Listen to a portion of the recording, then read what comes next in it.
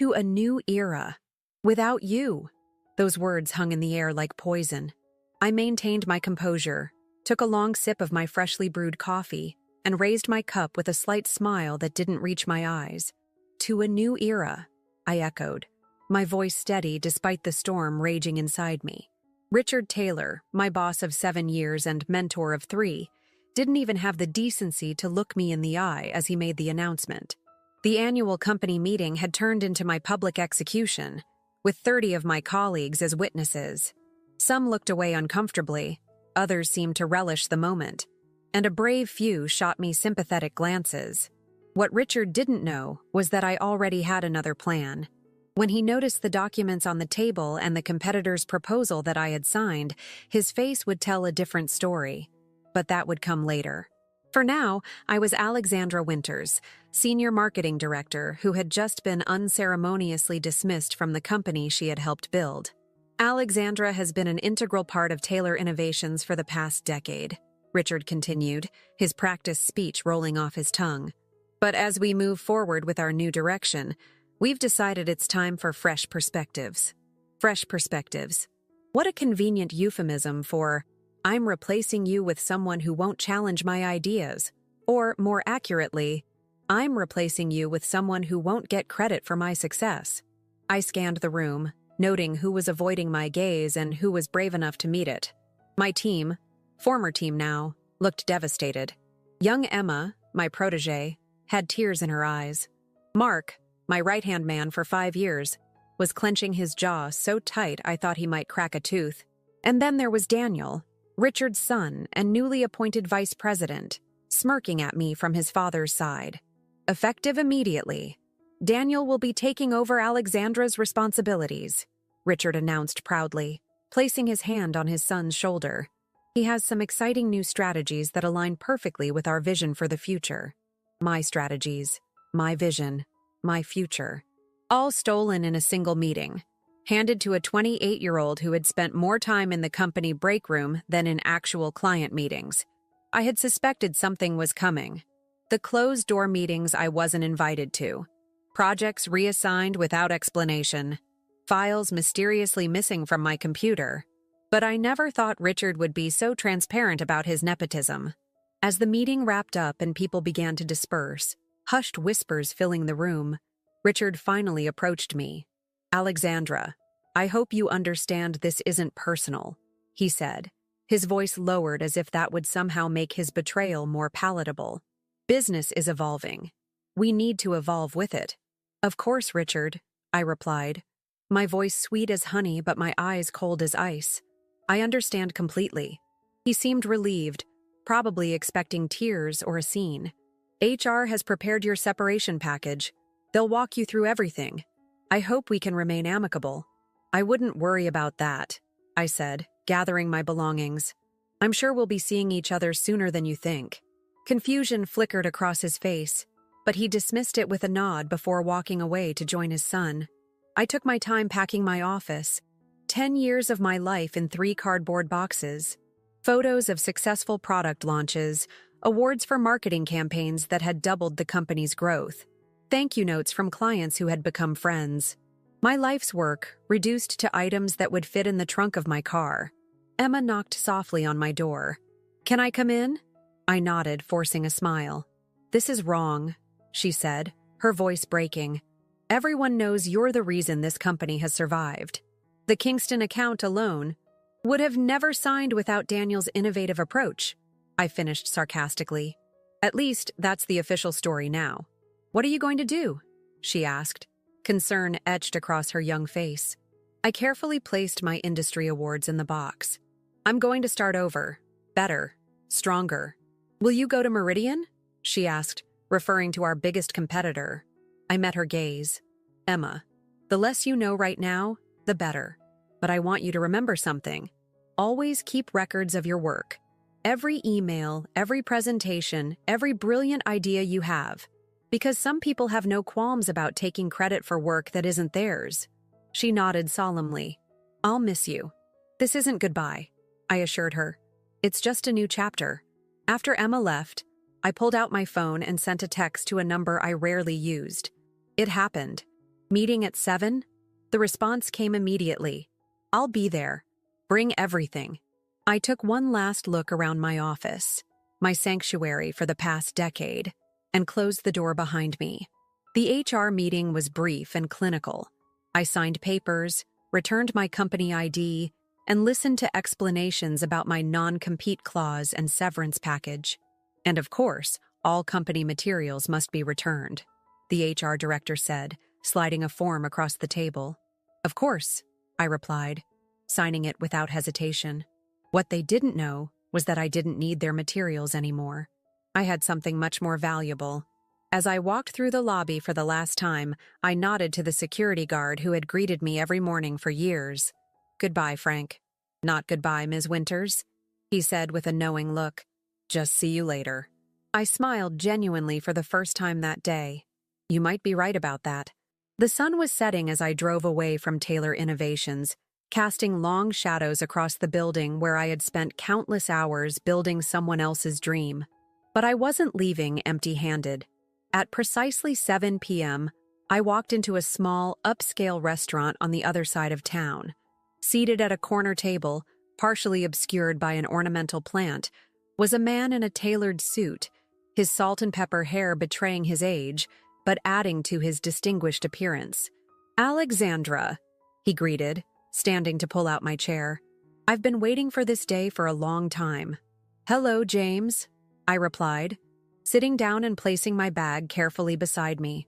I wish it were under better circumstances. James Conrad, CEO of Meridian Enterprises, Taylor Innovations' biggest competitor, and the man who had been trying to hire me for the past 5 years. Circumstances are what we make of them, he said, pouring me a glass of wine. And I have a feeling you're about to make these circumstances work very much in your favor. I took a sip of the wine, rich, bold, expensive. You have no idea. As we ordered dinner, making small talk about industry gossip and market trends, I couldn't help but notice a familiar figure at the bar, nursing a scotch and pretending not to watch us. Daniel Taylor, looking far less confident than he had during the meeting. Perfect. The first piece was falling into place. I believe we're being observed, I murmured to James, who glanced discreetly over my shoulder. Young Mr. Taylor seems concerned about our meeting, he replied with a small smile. Should we give him something to report back to his father? I pulled a folder from my bag and placed it on the table between us. I thought you'd never ask. Daniel's posture stiffened, his attention now fully on our table. I opened the folder, revealing a stack of documents with Meridian's logo prominently displayed on top. I've reviewed your offer, I said loudly enough for my voice to carry slightly, and I'm prepared to accept, with a few conditions. James played along perfectly, his smile widening as he leaned forward. Name them. From the corner of my eye, I saw Daniel fumbling with his phone, undoubtedly texting his father about what he was witnessing. The bait had been taken. First, I continued, I want complete autonomy over my department. No interference, even from upper management. Agreed, James replied. Second, I want to bring in my own team. There are talented people being wasted at Taylor. We can arrange that. And finally, I said, lowering my voice and forcing Daniel to strain to hear, I want access to all client records, especially for accounts I handled at Taylor. James hesitated convincingly. That could be legally problematic. I slid another document across the table. Not with this. It's a loophole in my non-compete agreement. Richard was always sloppy with legal details. It wasn't true, of course. There was no loophole, and I had no intention of violating my non-compete agreement. But Daniel didn't know that, and by tomorrow morning, Richard would be in a panic. Daniel hurriedly paid for his drink and slipped out, smartphone pressed to his ear. I smiled into my wine glass. Was that necessary? James asked once Daniel was gone. Absolutely, I replied. Richard needs to believe I'm out for blood. It's the only way this will work. James studied me for a moment. You know, most people would be devastated after losing a job they've held for 10 years. I'm not most people. I pulled out another folder, this one containing the real documents I wanted to discuss. And I didn't lose anything I wasn't prepared to let go. The mysterious second folder, James remarked, accepting it. I'm intrigued. That, I said as he opened it and his eyes widened, is why Richard Taylor is going to regret ever hearing my name. James looked up from the documents, a mixture of shock and admiration on his face. Alexandra, how long have you been planning this? I thought about the late nights, the careful documentation, the quiet conversations with those I could trust. I thought about the moment 3 months ago when I first discovered what Richard was doing, and how cold determination had replaced my initial disbelief and hurt. Long enough, I answered, raising my glass, to new beginnings. As we clinked glasses, my phone buzzed with a text message from an unknown number, package secured. Meeting location compromised. New contact tomorrow. I deleted the message immediately and returned my attention to James, who was still reviewing the documents with growing amazement. Alexandra, he said finally, you realize once we move forward with this, there's no going back. Richard will come after you with everything he has. I thought about the decade I had given to Taylor Innovations, the missed birthdays, the canceled vacations, the relationship that had withered from neglect while I built Richard's empire. I thought about the casual way he had discarded me, as if all of that meant nothing. Good, I replied, a steel edge to my voice I rarely allowed others to hear. I'm counting on it. What James didn't know, what no one knew, was that the documents I'd just given him were only a small piece of the puzzle. The real evidence was safely stored away, waiting for the perfect moment. Richard thought he had pushed me off a cliff. He was about to discover I could fly. As I drove home that night, another text came through. R knows about dinner. Furious. Office in chaos. Wants emergency board meeting tomorrow. Watch your back. I smiled in the darkness of my car. Phase 1 complete. Now the real game would begin. What I didn't realize then was just how dangerous this game would become, or how many lives, including my own, would hang in the balance before it was over. And I certainly didn't expect that the person who would hold my fate in their hands would be the last one I'd ever suspect. The morning after my dinner with James, I woke to 17 missed calls and 32 text messages. News traveled fast in our industry, especially when it involved someone supposedly betraying their former employer less than 24 hours after being fired. I ignored them all and made my coffee, savoring the quiet of my apartment. Today wouldn't be quiet for long. My doorbell rang at precisely 8:15 a.m. Through the peephole, I saw Mark, my former right-hand man, shifting nervously in the hallway. You shouldn't be here, I said as I opened the door. Neither should you, he replied, pushing past me into the apartment. You should be in hiding after the stunt you pulled last night. I closed the door and leaned against it. Coffee? Alexandra, this isn't a joke. Richard is on the warpath. Daniel told him everything. You, James Conrad, the non-compete loophole, all of it. I smiled as I poured him a cup. Good. Mark stared at me, bewilderment clear on his face. Good? Alexandra, he's calling an emergency board meeting. He's threatening legal action. Your reputation is exactly where I want it to be right now. I finished for him. Mark, do you trust me? He ran a hand through his hair, frustration evident. Of course I trust you. That's why I'm here instead of sitting in that board meeting that starts in... He checked his watch. 45 minutes. Then, trust that I know what I'm doing. I handed him the coffee. How bad is it at the office? Chaos, he admitted. Half the marketing team is threatening to quit. Emma practically had to be physically restrained from telling Richard exactly what she thinks of him. And the Kingston account is asking for you specifically. They won't deal with Daniel. This was better than I'd hoped. And how is the heir apparent handling his first day? Terribly. He tried to present your strategy for the Westfield launch as his own, but he couldn't answer basic questions about it. Made a complete fool of himself. I sat down at my dining table, gesturing for Mark to join me. I need to know who's on my side, Mark. Really on my side. He didn't hesitate. Emma? Obviously. Me? Sarah from accounting? Probably Frank from security. He let me in this morning without logging my visit. I nodded, making mental notes. What about Jonathan? Mark hesitated. He's complicated. He's angry about how they treated you, but he's also 3 years from retirement with 2 kids in college. Understandable. I pulled out my tablet and opened a secure messaging app. I need you to get something from my old office. Richard was too eager to humiliate me to have my computer wiped immediately. What am I looking for? A red flash drive in the false bottom of my desk drawer. The password is the date we landed the Ericsson account, backward. Mark finished his coffee in one gulp. And if it's not there, then Plan B involves a much more complicated break-in to Richard's home office. And I'd rather avoid that if possible. He stared at me for a long moment. You've changed, Alex. No, I corrected him. I've woken up. Will you help me? You know I will. He stood to leave. But I need to know what I'm fighting for. I considered how much to tell him. Mark had been loyal for years, but everyone had their breaking point.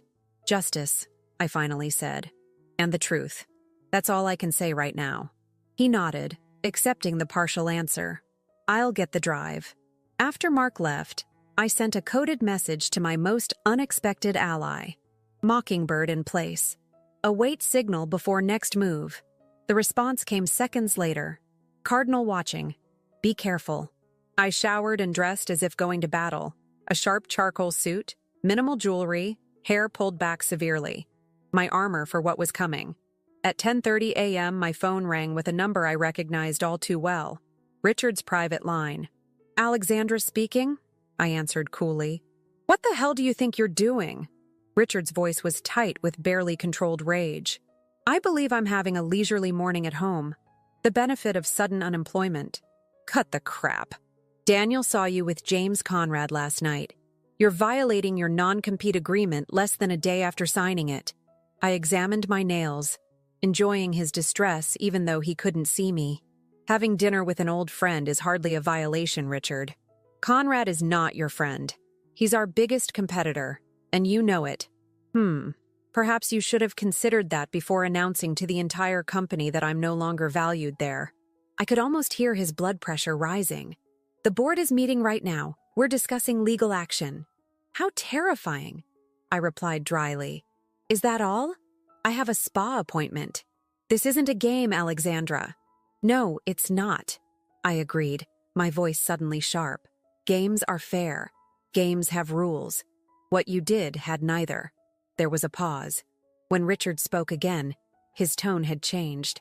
Look, perhaps we acted hastily. Why don't you come in and we can discuss a consulting arrangement? Something that would be mutually beneficial. I almost laughed. You're offering me a job? After yesterday? I'm offering you a chance to protect your reputation and avoid a lawsuit. How generous. I'll have to decline. Alexandra. Goodbye, Richard. Oh, and you might want to prepare Daniel better for the Westfield presentation. I hear his first attempt was rather embarrassing. I hung up before he could respond and immediately sent a text to my burner phone. Call traced to home address. Move meeting location. 30 minutes later, my doorbell rang again. This time, it was a courier with a thick envelope. Inside was a formal legal notice from Taylor Innovations threatening immediate action if I violated my non-compete agreement or shared any proprietary information. I filed it carefully away. Evidence for later. Just as I was about to leave for my actual meeting, my phone buzzed with a text from Mark. Package secured. Meeting at the alternate location in 30. Relief flooded through me. The flash drive contained the first piece of solid evidence I needed. Without it, my word against Richards would never be enough. The alternate location was a small coffee shop in a neighboring town, far from any of our usual haunts. I arrived early, securing a corner table with a view of both entrances. Mark arrived exactly on time, sliding into the seat across from me without a word. Under the table, he pressed something into my palm, the familiar shape of my flash drive.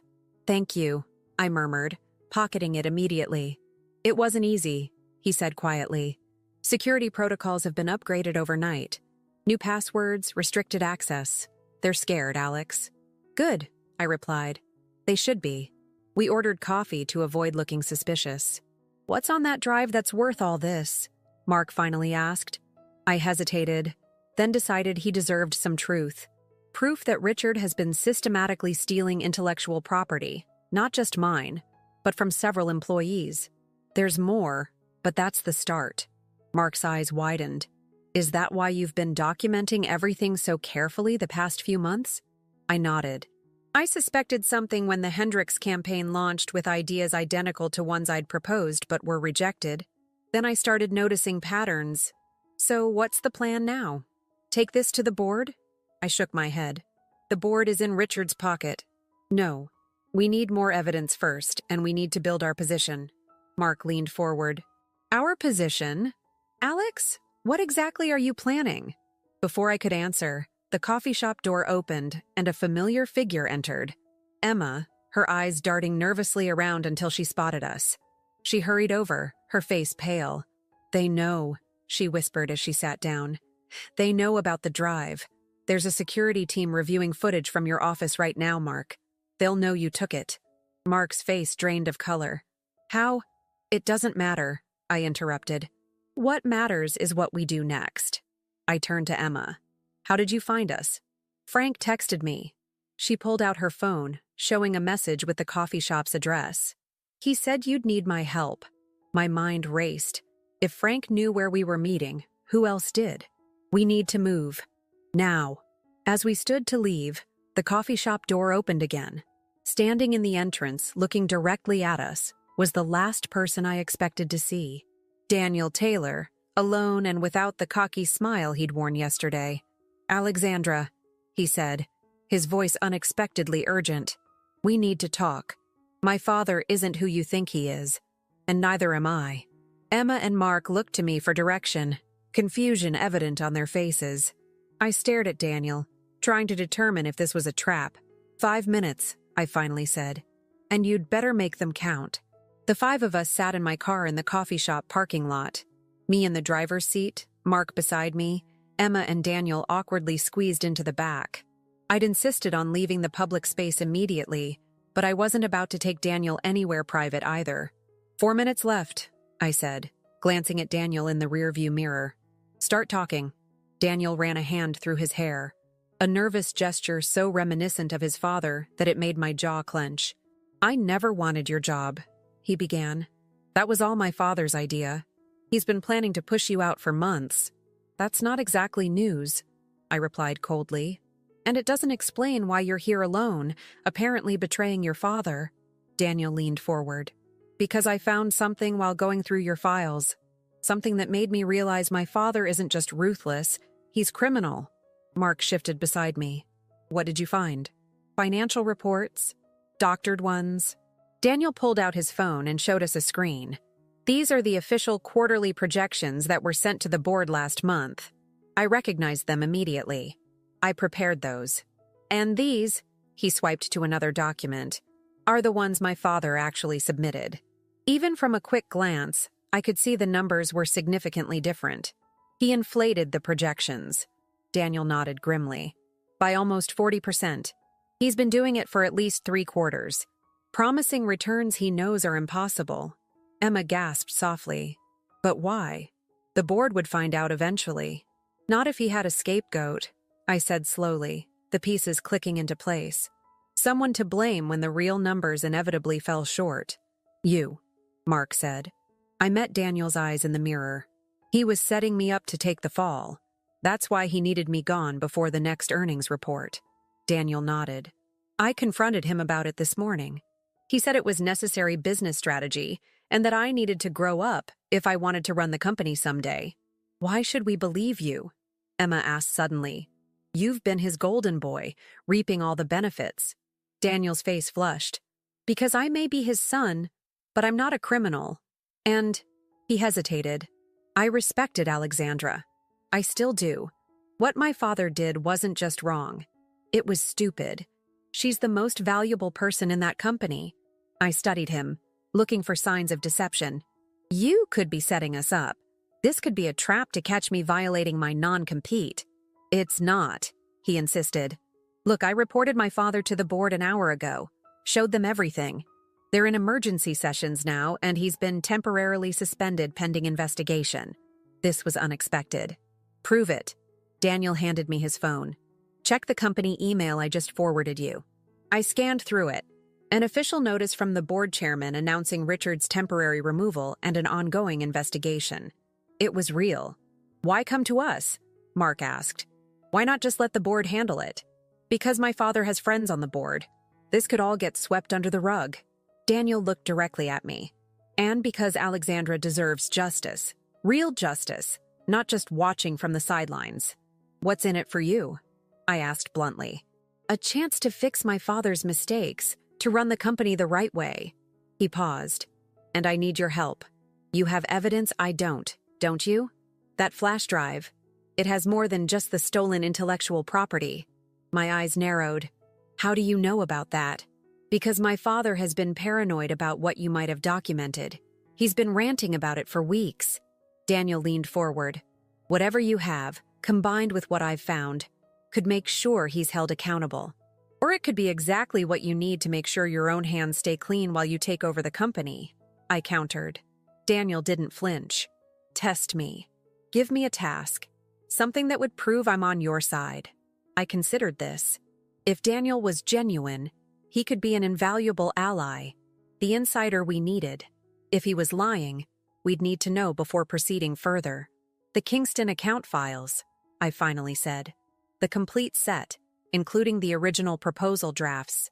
Daniel blinked. Those are in my father's private server. I'd need his password. Exactly. He stared at me for a long moment, then nodded. I can get them. It'll take time, maybe a day or two. You have 24 hours, I replied. And Daniel? If this is a trap, remember that I have enough evidence to implicate you along with your father. Blood isn't thicker than prison walls. Understood. He reached for the door handle. How do I contact you when I have the files? I handed him a burner phone. Use this. One call, then destroy it. After Daniel left, the three of us sat in silence for a moment. Do you believe him? Emma finally asked. I don't know, I admitted. But we're going to find out. Mark looked skeptical. And if it is a trap, then we spring it on our terms. I started the car. We need a secure place to work. My apartment and your homes are too obvious. I have an idea, Emma said quietly. My aunt owns a lake house about an hour north. She never uses it except in summer. No one would think to look for us there. I nodded. Perfect. Let's go. The lake house was small but comfortable, nestled among pines with a view of the water. More importantly, it had no digital footprint connected to any of us. While Emma set up a makeshift office in the living room, I finally had a chance to examine the contents of the flash drive. This is even worse than I thought, I murmured as I scrolled through files. Richard hasn't just been stealing ideas. He's been manipulating financial data for years. Mark looked over my shoulder at the screen. Is that what I think it is? A second set of books, I confirmed. He's been inflating revenue figures to the board while reporting lower numbers to certain tax authorities. That's serious fraud, Emma said, her face pale. Prison time serious. No wonder he was so desperate to push you out, Mark added. You were getting too close to his operation. I nodded slowly. The question is, was Daniel really in the dark about all this? Or is this a ploy to save himself? There's only one way to find out, Emma said. Wait for him to deliver those Kingston files. We spent the next several hours organizing evidence, creating timelines, and planning our next moves. By nightfall, we had a comprehensive picture of Richard's schemes, the stolen intellectual property, the financial fraud, the systematically falsified reports. We need to bring James Conrad into this, Mark suggested. Meridian could file a formal complaint about the stolen IP that ended up in their competitors' products. I hesitated. Not yet. If Daniel comes through, we won't need outside help. This can be handled internally, through the board. And if he doesn't? Emma asked. Then we go nuclear, I replied. Every piece of evidence to the SEC, the media, and yes, to Meridian. My phone rang. The secure line I'd given to only one other person. James, I answered. What's wrong? His voice was tight with urgency. Richard knows where you are. Someone in your group is feeding him information. Get out now. As if on cue, headlights swept across the windows as vehicles pulled up outside. We have company, Mark said, peering through the blinds. 2 SUVs. Men in suits. My mind raced. The back door, quickly. There's a path through the woods to the neighbor's property. As we grabbed our essential materials, a hard knock came at the front door. "Ms. Winters? This is security from Taylor Innovations. We need to speak with you immediately." Emma looked at me, panic in her eyes. How did they find us? There was only one explanation. Someone had betrayed us. But who? Mark? Emma? Daniel? Or someone else entirely? "Later," I whispered. "Right now we need to disappear." We slipped out the back door into the darkness, the sound of the front door being forced open following us into the night. As we ran through the trees, one thought burned in my mind. I'd been outplayed. But the game wasn't over. Not by a long shot. Dawn broke over the city as we huddled in a cheap motel room on the outskirts of town. We ditched our phones, purchased burner replacements, and paid cash for everything since our escape from the lake house. "We need to talk about the elephant in the room," Mark said, his voice rough from exhaustion. "Someone sold us out." I looked between my two companions, Mark, disheveled and tense, and Emma, her eyes red-rimmed from crying. One of them might be a traitor, or both could be innocent. Trust was now a luxury I couldn't afford. "Let's analyze what happened," I said carefully. "Only 4 people knew we were at that lake house. The 3 of us and Daniel." "It has to be Daniel," Emma said immediately. "He's Richard's son. Blood is thicker than water." Mark shook his head. "Too obvious. If Daniel wanted to trap us, why go through the elaborate story about his father's fraud? He could have just led security to us directly." "Unless that was part of gaining our trust," I countered. "Make us believe he's on our side, then betray us at the perfect moment." Emma hugged herself, looking small in the oversized chair. "What about James Conrad? You told him where we were." "I told him we were heading north, not the specific location," I corrected her. "And he's the one who warned us." "Conveniently," Mark muttered. I studied him. "You think James is playing both sides?" Mark spread his hands. "Think about it. What better way to destroy Taylor Innovations than to fuel an internal war? He gets access to all their secrets through you, while watching the company implode from the inside." It was a disturbing possibility I hadn't considered. James had seemed genuinely supportive, but he was also a ruthless businessman who stood to gain enormously from Taylor's collapse. "There's another possibility," I said quietly. "Your aunt, Emma. Did you call her before we used the house?" Emma's eyes widened. "No, I would never—" She stopped mid-sentence, her face draining of color. "But I did text my boyfriend that I was safe and where we were going. I didn't think—" "Your boyfriend who works in IT at Taylor," Mark finished, his voice flat. Emma covered her face with her hands. "Oh, God. I didn't think he would. He promised he was on my side." I didn't have the heart to be angry with her. Love makes us vulnerable, Emma. Richard would have known exactly how to manipulate that. "What do we do now?" she asked, tears streaming down her face. "They have the flash drive, all our notes. We've lost everything." "Not everything," I replied, pulling a small memory card from my bra. "I made a backup. Old habits die hard." Mark's face broke into a relieved smile. "You brilliant paranoid woman." "But we still need the Kingston files," Emma pointed out. "Without them, we can't prove the connection between the stolen IP and the financial fraud." I nodded, my mind racing. "And we need a new approach. Richard will expect us to go to ground, to hide and regroup, so we'll do the opposite." "What does that mean?" Mark asked. "It means we go public." I stood up and began pacing. Richard's greatest weapon is secrecy. He operates in shadows, manipulating people and information, so we shine a light. Emma looked doubtful. "The media? Without solid proof, they won't touch it. It would be your word against Richard's, and he has the full weight of Taylor Innovations behind him." "Not the media," I clarified. "The board, directly." Mark raised an eyebrow. "The same board that's in Richard's pocket?" "Not all of them," I replied. "Barbara Dixon has always been a straight shooter, and Thomas Westfield owes me after I saved his pet project last year."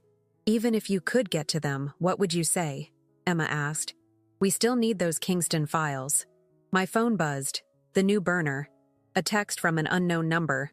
"I have what you need. Park Place Hotel, room 512, 2 p.m. Come alone." "It's Daniel," I said, showing them the message. It's a trap, Mark said immediately. Probably, I agreed. But it's also our only lead. Emma shook her head vehemently. You can't go alone. It's too dangerous. If I don't go, we lose our last chance at the Kingston files. If I go with backup, Daniel, or whoever sent this, will spook. I met their eyes. I need to do this. Then at least take this, Mark said, pulling a small device from his bag. It's an emergency transmitter. Press it once, we come running. Press it twice, we call the police. I slipped it into my pocket. If I'm not back in 2 hours, assume the worst. What do we do while you're gone? Emma asked. Prepare for Plan B, I told her. If this goes south, we take everything we have straight to the SEC. The Park Place Hotel was upscale but not flashy, a discreet choice for a meeting. I arrived 30 minutes early, scouting the exits and positioning myself in the lobby with a clear view of the elevators. At 1:55 p.m., I took the service stairs to the 5th floor, approaching room 512 from the side corridor. I listened at the door. Silence. Taking a deep breath, I knocked. The door opened immediately, revealing not Daniel, but a woman I recognized instantly, Margaret Taylor, Richard's wife and Daniel's mother. Alexandra, she said, her voice calm as if we were meeting for lunch. Please come in. I hesitated, then stepped inside. The suite was elegant and empty except for Margaret, who wore a simple but expensive gray dress that matched her perfectly coiffed silver hair. I was expecting Daniel, I said, staying near the door. My son is currently being questioned by the board, she replied, gesturing to a chair. He sent me in his place. I remained standing. Why would he do that? Because Daniel may be Richard's son, but he's also my son. She gave me a meaningful look. And contrary to what people think, he inherited his moral compass from me, not his father. You'll forgive me if I find that hard to believe, I said coolly. Your family hasn't exactly demonstrated trustworthiness lately. Margaret's perfectly composed face showed a flicker of emotion. 27 years I've been married to Richard Taylor. 27 years of watching him build his empire through whatever means necessary. She opened her handbag and removed a flash drive. This is what Daniel promised you. The Kingston files complete and unaltered. I made no move to take it. Why are you helping me? Her smile was sad. Because Richard crossed a line I cannot accept. Using our son as a pawn. Grooming him to continue his corrupt practices. She placed the flash drive on the coffee table. I want better for Daniel. And I want justice for what was done to you. You could have stopped Richard years ago, I pointed out. You must have known what he was doing. I suspected, she admitted.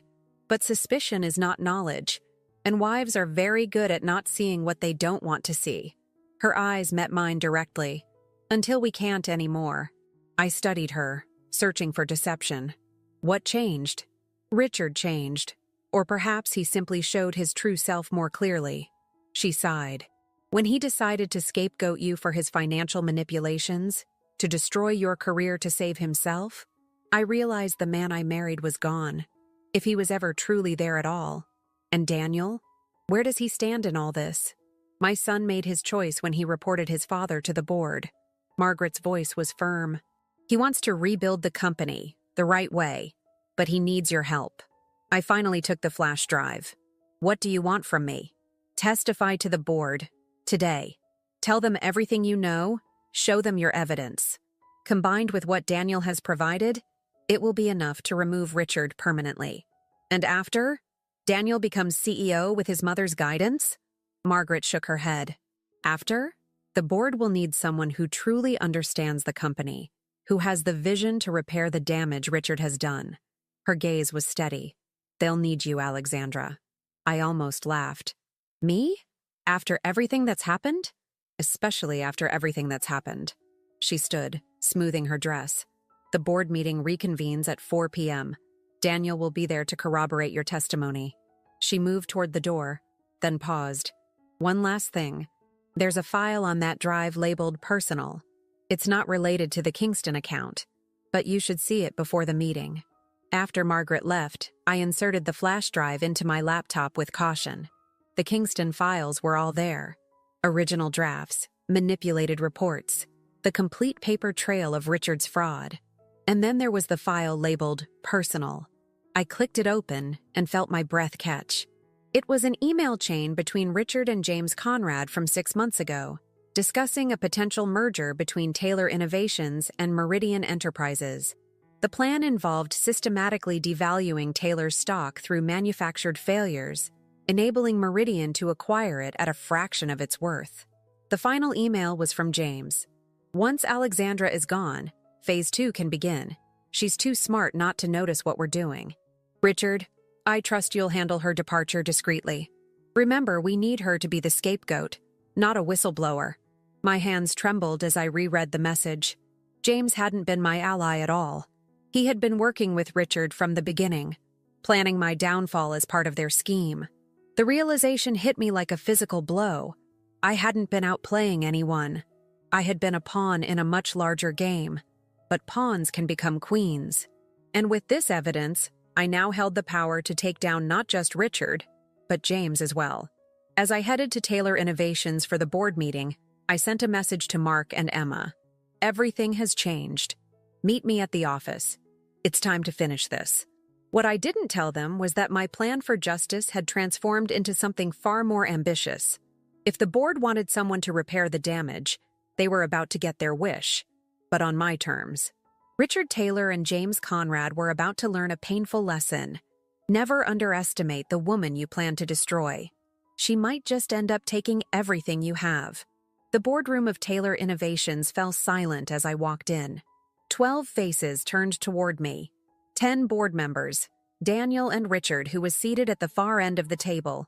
His face darkened when he saw me. "What is she doing here?" he demanded. "This is a private board meeting." Barbara Dixon, the board chairwoman, raised her hand to silence him. Ms. Winters was invited at my request. I took the empty seat beside Daniel, directly opposite Richard.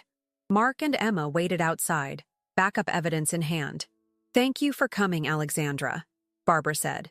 "The board has been discussing some concerning allegations about financial irregularities at Taylor Innovations." Richard leaned forward. "Baseless rumors started by a disgruntled former employee and my misguided son. I've already explained." "I have proof," I interrupted calmly, placing my laptop on the table. "Not rumors, not allegations. Documented evidence of systematic fraud, intellectual property theft, and market manipulation." The projector hummed to life as I connected my computer and began walking the board through what we had discovered.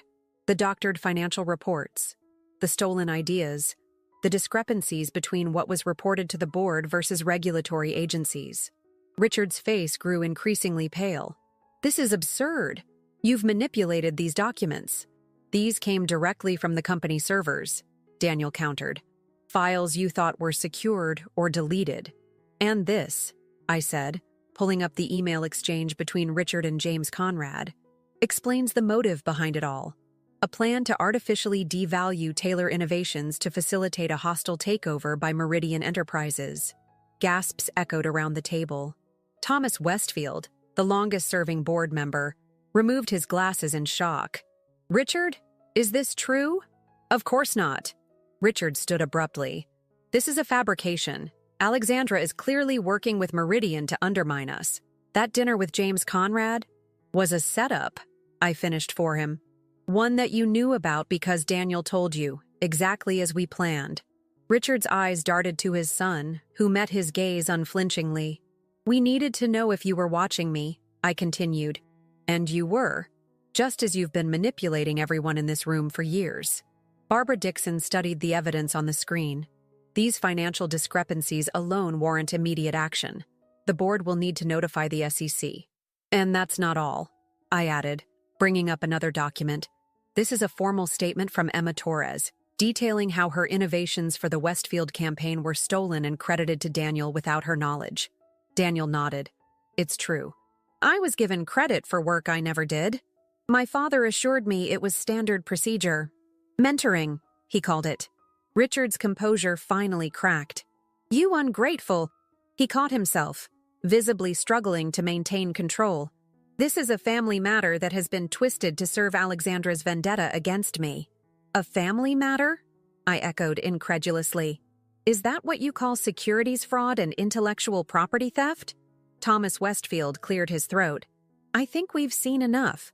I move that we suspend Richard Taylor from all duties pending a full investigation and that we cooperate fully with regulatory authorities.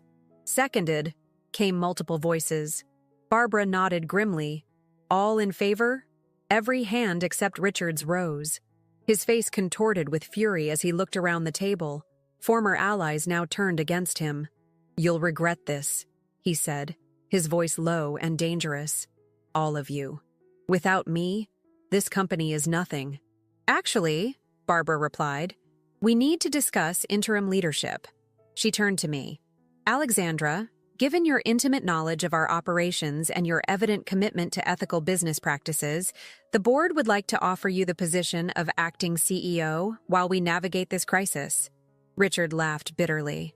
You can't be serious. After she deliberately sabotaged the company? I didn't sabotage the company, Richard, I said quietly. I saved it from you. Barbara raised an eyebrow. Alexandra? Your answer? I took a deep breath, feeling the weight of the moment. I accept, with one condition. Daniel stays as COO. He had the courage to stand against his father when it mattered most. That's the kind of integrity this company needs. Daniel looked at me in surprise, but Barbara nodded. Agreed. As security escorted a shell-shocked Richard from the building, I sent a quick text to Mark and Emma. It's done. We won. 3 months later, I stood at the podium during the quarterly investors meeting, presenting honest financials for the first time in years. The road to recovery had been challenging. Stock prices had initially plummeted when the scandal broke, but transparency and a clear vision had slowly rebuilt investor confidence. And finally, I concluded my presentation. I'm pleased to announce that Taylor Innovations has reached an agreement with the SEC. With full cooperation and our comprehensive compliance overhaul, we've minimized penalties while maximizing our path forward. Applause filled the room as I stepped away from the podium. Emma, now officially the head of creative development, gave me a thumbs up from the side of the stage. As the crowd dispersed, Daniel approached me. Congratulations, CEO Winters. The board made it official this morning? I nodded. And congratulations to you, COO Taylor. Quite a change from where we were 4 months ago. My father's sentencing is next week, he said quietly. Will you be there? No, I replied. That chapter is closed for me. I'm looking forward, not back. Daniel smiled. Speaking of looking forward, James Conrad called again. Meridian is still interested in that partnership you proposed. On our terms this time, I reminded him. Equal partnership, not acquisition. Of course. You made that abundantly clear when you threatened to release those emails if he didn't play ball. I smiled. Sometimes the best revenge isn't destruction. It's rebuilding something better from the ashes. Later that evening, as I stood in my new office, Richard's old space completely redesigned, I looked out at the city lights and reflected on the journey. What had started as a quest for revenge had transformed into something more meaningful. Justice, redemption, and renewal. My phone buzzed with a message from Margaret Taylor. You've accomplished what I never could. Thank you for giving my son a second chance. I typed back, we all deserve second chances, even companies. The sweet taste of revenge had faded, replaced by something more satisfying. The knowledge that I had not just survived betrayal, but had transformed it into triumph. Not just for myself, but for everyone who had ever been underestimated, overlooked, or cast aside. Sometimes the best response to a new era without you is simply to create an era of your own.